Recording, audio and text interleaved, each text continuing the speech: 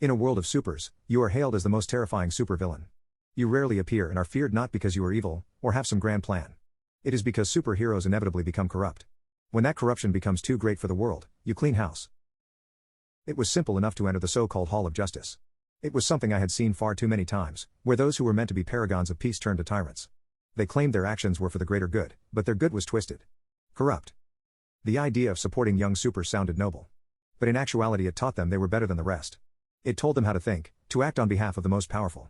Dissenters were easy to brand as villains, and excised from the ranks, as they knew their weaknesses. This group had said they would keep the world stable. But their stability was born of fear. A single act was met with gross overreaction, with victims of such atrocities labeled as supporting the criminal. Good, kind people had names dragged through mud, called traitors for the simple act of being in the wrong place at the wrong time. They would be forcing governments to obey, overriding laws and rules to have justice done in their own views. Friends would have dangerous acts swept under the rug, whilst enemies would be made out to be heinous monsters for the same, or even lesser crimes. It was depressing that so many paragons fell in the same trap. It was rare I found one still fighting the good fight, as they were often turfed out. But it made my job that much more important. A self-imposed job, sure, but one that had to be done. The trip up to their meeting room was mundane. Few people dared go up, unless specifically told. So none challenged my ascent, leaving me alone to reach them. I had chosen my time perfectly, as it was well established they had regular meetings, so much of the corruption altogether made it easy to wipe out. With one of my stolen powers, I made a reversed barrier around the room. It would trap them in, a necessity when cleaning house. Letting one escape would lead to a spreading of the ideals, making the rot fester. I had to clean the wound completely. Pushing open the door, I found myself staring at the 30 supers I was expecting.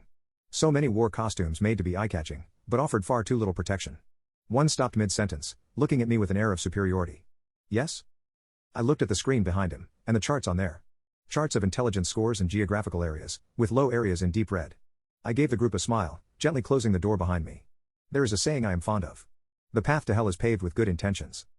As I spoke, I let my second stolen power finally reactivate. The old chemical burn scars healed up perfectly, as they always did. It was a wonderful disguise, as no one paid attention to the old cripple's face. Or if they did, it would never match with my face after I was done here. The reaction was instant. They rose from seats, mixtures of powers being pulled in. My smile widened, as I clasped my hands together. It leads quite nicely into the second saying I like. The toll always come due. One of them, with mirror-like shards spewing from her fingers, shouted as I stood there. Who the hell are you? I shook my head, calmly walking up to the speaking man. You know who I am, don't you, Captain? I touched him, feeling the hardness of his skin. Invulnerability, a power I had encountered quite often. He gasped, as I drew it from him. He staggered, suddenly weak at the knees. I watched him fall, as he shivered. My power. The rest of the room was frozen at the sight, their great defender collapsing from a light touch. Fear-filled eyes looked up at me, realization dawning on his face. The Collector? I nodded once, reaching down to cup his face. That's right. Thank you for your contribution. I took no joy as I produced my dagger, the one I always used. It slipped into his heart with a practiced stab, one I had far too much experience administering. He died swiftly, as I looked back to the frozen room. One tithe is paid. Who will be next? There were no volunteers, as expected. But there never were. I just had to act, and remove them all.